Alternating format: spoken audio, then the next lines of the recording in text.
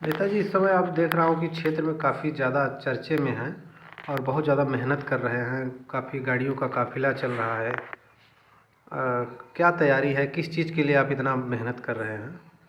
सबसे पहले समय न्यूज़ चैनल जो आपका न्यूज़ चैनल है, और हम देखते हैं कि समय समय पर आपके समय न्यूज़ चैनल के माध्यम से शोषित गरीब और वंचितों के आवाज़ उठाते रहते हैं, उसके लिए आपको बहुत बहुत बधाई।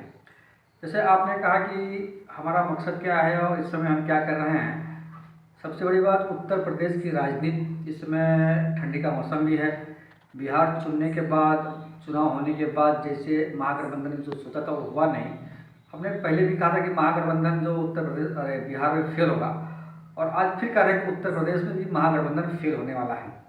इसलिए क्योंकि इसका मेन मकसद है कि उत्तर प्रदेश ने पूरे देश में जो अति पिछड़ों का हनन होता है, अति पिछड़ों का वोट लोग लेते हैं और अति पिछड़ों के नाम से राजनीति करते हैं, लेकिन अति पिछड़े समाज को कोई भी हक अधिकार हिस्सेदारी देते नहीं हैं। इसलिए भारतीय मानव समाज पार्टी के तत्वाधान में 14 दिसंबर को जिला जौनपुर केराकत विधानसभा परावगंज ग्राम सभा छातीडी में अति पिछड़ा सरकार बनाओ महापंचायत का आयोजन किया गया है, जिसमें शोषित, वंचित, गरीब, अति पिछड़ा का मतलब ये है, लोग अति पिछड़ा आप जाति राजनीति हम नहीं कर रहे हैं। अति पिछड़े का मतलब है जो समाज अति पिछड़ा है वो भारतीय मानव समाज पार्टी उसकी लड़ाई लड़ने के लिए तैयार है। तो अति पिछड़े समाज में आज तक जो समाजवादी पार्टी हो या भारतीय जनता पार्टी या कांग्रेस बसपा के लोगों पे विश्वास जताई, लेकिन इन सभी राजनीतिक पार्टियों ने बस सब अति पिछड़े समाज को धोखा देने का काम किया। सबसे बड़ी बात यह हम बता रहे हैं कि अति पिछड़े का सबसे बड़ा अगर कोई दुश्मन है तो समाजवादी पार्टी है, क्योंकि समाजवादी पार्टी ही अति पिछड़े समाज का हक अधिकार हिस्सेदारी मार के बैठी है। 2027 में जो अखिलेश यादव जी सपना दे रहे हम सरकार बनाएंगे, वो सपना भूल जाए। भारतीय मानव समाज पार्टी के यह ठाना है 2027 में उत्तर प्रदेश में सरकार बनेगी तो अति पिछड़े समाज की बनेगी, और अति पिछड़े समाज की महिला मुख्यमंत्री होगी या केवट रामधनी कहता है आप तो नेताजी, ये तो अखिलेश यादव तो पीडीए की बात करते हैं, आप बोल रहे हैं कि वो पीडीए की। देखिए, वो पीडीए और ये फर्जी वर्जी है, ठीक है। वो पीडीए कुछ है नहीं। अगर उनका पीडीए होता तो जो उनके उच्च पदों पे जो बैठे हैं, चाहे विधानसभा विपक्ष के नेता हो, तमाम हो, तो पीडीओ खाली गांव में जनता को बेवकूफ़ बनाने की पीडीए की बात करते हैं, और जो शीर्ष नेतृत्व देने की बात होती है तो फिर वो ऊंची कास्ट के लोग को देते हैं। मतलब इसलिए अब अति पिछड़ा समाजवादी पार्टी से एकदम जान गया है कि सच्चाई क्या है। इसलिए अब उत्तर प्रदेश में एक नए विकल्प और नए राजनीति का उदय होने जा रहा है, क्योंकि हम भारतीय मानव समाज पार्टी अति पिछड़े समाज की ऐसी है। हम सामाजिक न्याय समिति रिपोर्ट आरक्षण के वर्गीकरण के हम सहमत करते हैं कि ये होना चाहिए, और भारतीय जनता पार्टी आज भले चाहे ईवीएम मशीन से ले जाए, धन बाहुल से लोग कह रहे हैं कि ईवीएम मशीन से या वोट की चोरी, मैं इसको नहीं मानता।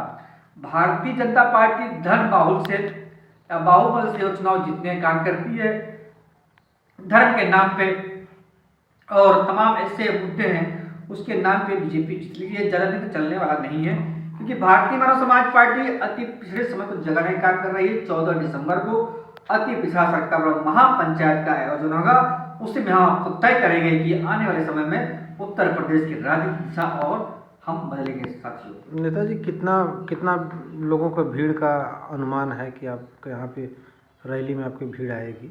देखिए, हमारा काम है जनता तक मतलब संदेश देना।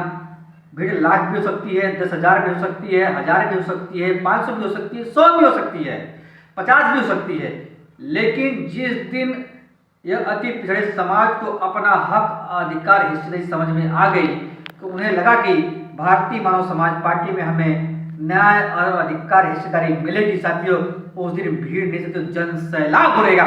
जन सैलाब मतलब उमड़ेगा। साथियों, भारतीय मानव समाज पार्टी के साथ में कोई भी पार्टी साथियों छोटी या बड़ी नहीं होती। जिसके साथ जन सैलाब होता है और जिसके साथ साथियों वोट की मात्रा अधिक होती है, वही साथियों पार्टी आगे बढ़ती है और उसी की सरकार बनती है। और आने वाले समय में भारतीय मानव समाज पार्टी के साथ में अति पिछड़ा समाज जन सैलाब साथियों आपको दिखाई देगा। आपके यहाँ पे जो बैनर में आपके मुख्य अतिथि हैं वो आईएएस रिटायर्ड रहे हैं, तो उनके बारे में थोड़ा सा संक्षिप्त परिचय दे दीजिए। देखिए, भारतीय मानव समाज पार्टी उन सभी अति पिछड़ा समाज जो राजनीति में अति पिछड़ा है, जिसको राजनीतिक भागीदारी नहीं मिल रहा है, मंच नहीं मिल रहा है, माइक नहीं मिल रही है, या जो उनकी बोलने की इच्छा है समाज के प्रति, वैसे नेताओं को भारतीय मानव समाज पार्टी अपने मंच के माध्यम से उन्हें जनता के बीच में कुछ कहने का और काम करने का मौका दे रही है।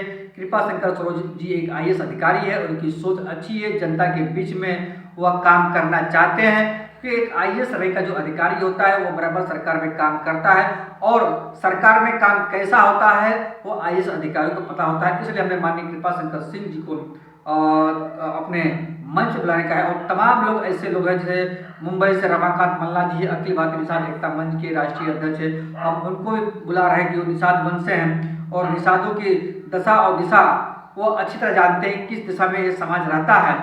और वही देखिए, भारतीय जनता पार्टी में निषाद नाम से आपको पता है, हम गॉड फादर अपने आप कहता है, लेकिन वह कोई गॉड फादर नहीं है। वह एक भारतीय जनता पार्टी में समाज को लूटने और ठगने और काम कर रहा है। साथियों, उस व्यक्ति से भी यह समाज जागरूक हो चुका है।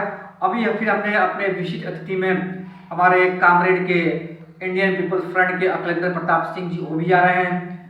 उसके बाद हमारे रमेश निषाद जी हैं, और उसके हमारे एक चेयरमैन है जितेंद्र राजभर एडवोकेट साहब हैं, उनको भी हम बुला रहे हैं। तो ऐसे इंजीनियर अच्छेलाल विंद है और तमाम साथी भारतीय मानव समाज पार्टी कार्यकर्तागण और तमाम सामाजिक संगठन के लोग, सामाजिक शुभचिंतक के लोग, सभी लोग अति पिछड़ा समाज, अति पिछड़े समाज की सरकार बनाओ महापंचायत में अपना तन मन धन से अपनी भागीदारी सुनिश्चित कर रहे हैं।